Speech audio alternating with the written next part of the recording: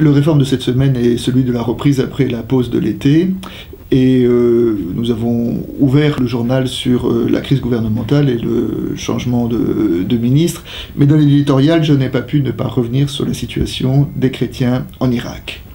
Actuellement, dans le monde, les conflits ne manquent pas, en Ukraine, à Gaza. Et dans ces deux conflits, nous sommes face à deux légitimités qui sont opposées l'une à l'autre.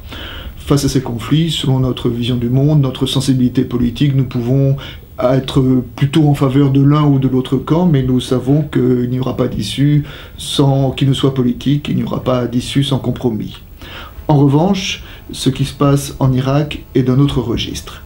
Lorsque nous entendons parler d'exécutions publiques, d'esclavage sexuel, d'exil forcé, nous sommes face à une entreprise génocidaire qui ressemble bien à une épuration religieuse.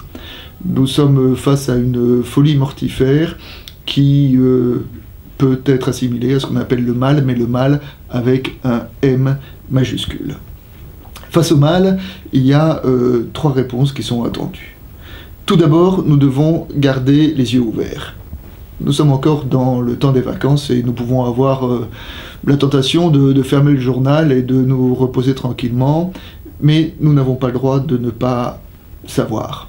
Dans la Bible, dans le livre du Deutéronome, un commandement dit « Tu te souviendras d'Amalek », Amalek étant justement le symbole du mal avec un M majuscule.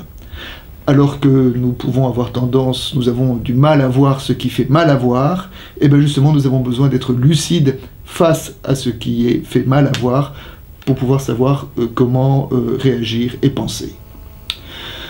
Ensuite, face au mal avec un M majuscule, nous devons le combattre. Et j'ai été assez frappé par le fait que le Vatican, alors que toutes ces dernières décennies, le Vatican s'est toujours opposé à toute intervention armée, là cette fois-ci, le pape François a dit qu'il était licite d'arrêter l'agresseur injuste.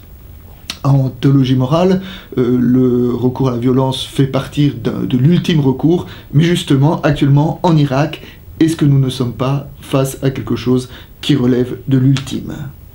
Alors, de tendance, je suis pacifiste, mais je n'ai pas le droit d'oublier que, pour prendre un exemple historique, en 1938 par exemple, le pacifisme était à la fois une faute morale et une erreur politique. Enfin, troisième attitude, ne pas entrer dans le jeu, dans la logique de cet État islamique en Irak et au Levant, cette logique qui essaye de jouer bloc contre bloc, civilisation islamique contre civilisation judéo-chrétienne, et l'erreur serait de répondre à un intégrisme par un autre intégrisme. Il semble que face à l'intégrisme, la seule réponse que nous devons apporter, c'est en collaboration justement et en association avec les musulmans de France, de montrer une civilisation du dialogue et de la vie commune qui s'oppose justement à cette folie de l'État islamique en Irak et au Levant.